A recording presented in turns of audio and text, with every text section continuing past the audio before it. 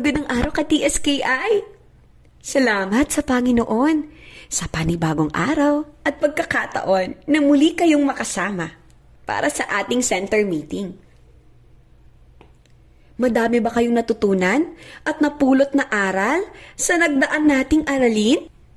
Ngayong araw na ito, mga ka-TSKI, sa ating center meeting, kayo ba ay ready na? Alam niyo ba na dahil sa kabutihan ng Diyos, natutunan ng tao ang magpasalamat?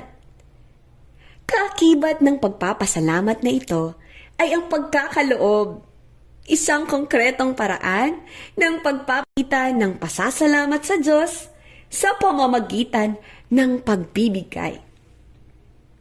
Noong unang panahon, ang paraan ng pagpapasalamat ng tao sa Diyos ay sa pamamagitan ng pag-aalay, di ba? Halimbawa, si Cain ay nag-alay mula sa kanyang mga ani. Samantalang si Abel ay nag-alay ng pinakamatabang bahagi ng kanyang alagang tupa bilang handog sa Diyos.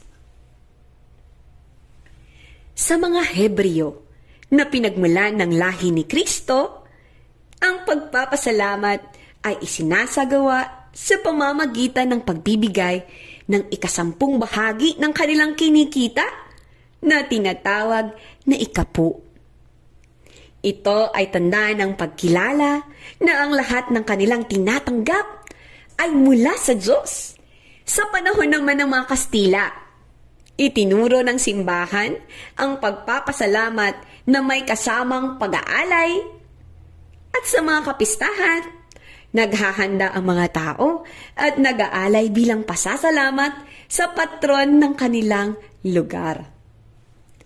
Subalit, hindi lahat ng pag-aalay o pagkakaloob ay kalugod-lugod sa Diyos. Tulad ng kwento ni Cain at Abel, hindi lamang ang handog ang mahalaga, kundi ang puso at intensyon ng nag-aalay nito. Ang tunay na pagkakaloob ay nagmumula sa pusong tapat, mapagpasalamat at may pagmamahal sa Diyos. Bakit nga ba mahalagang ipakita ang pagpapasalamat sa Diyos sa pamamagitan ng pagkakaloob? Ngayong araw, isang kwento ang aming ibabahagi sa inyo patungkol sa kaloob ng babaeng balo. Isang araw, si Jesus ay nakaupo malapit sa handugan ng templo at pinagmamasdan ang mga taong naguhulog ng kanilang alay. Maraming mayayaman ang nagbibigay ng malalaking halaga.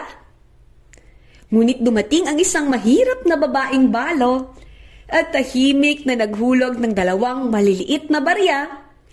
Halos walang halaga sa paningin ng iba sapagkat ang iba ay nagbigay mula sa kanilang kasaganaan, ngunit ang balo ay nagbigay mula sa kanyang kakulangan.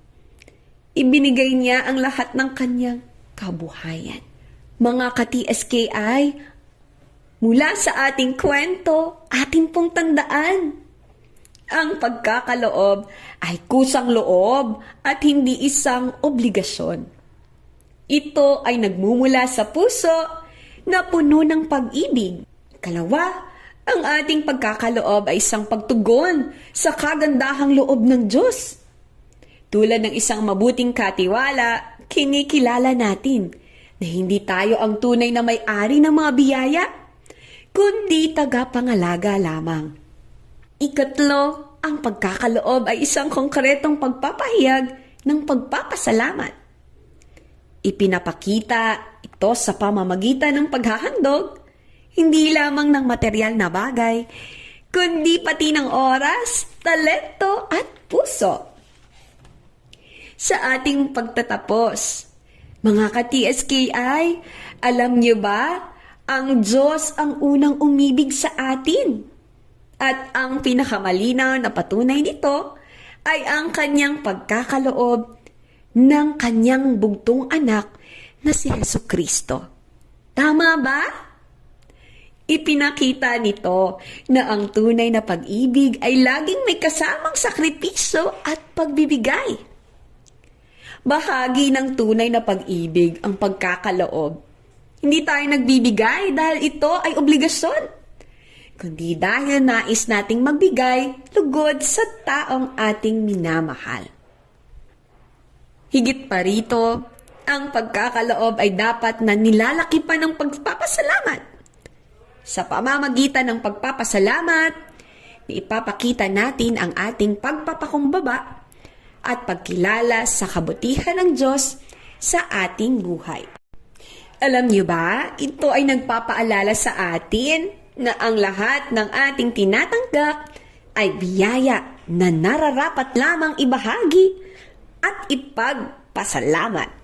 Sa ating pagninilay, mga ka-TSKI, sa iyong karanasan, kailan ba ang huling panahon na nakapagbigay ka? At ano ang iyong natutunan dito? Ibahagi ang iyong kwento. Hanggang dito na lamang at sa susunod na namang aralin. Mga ka-TSKI sa sentro,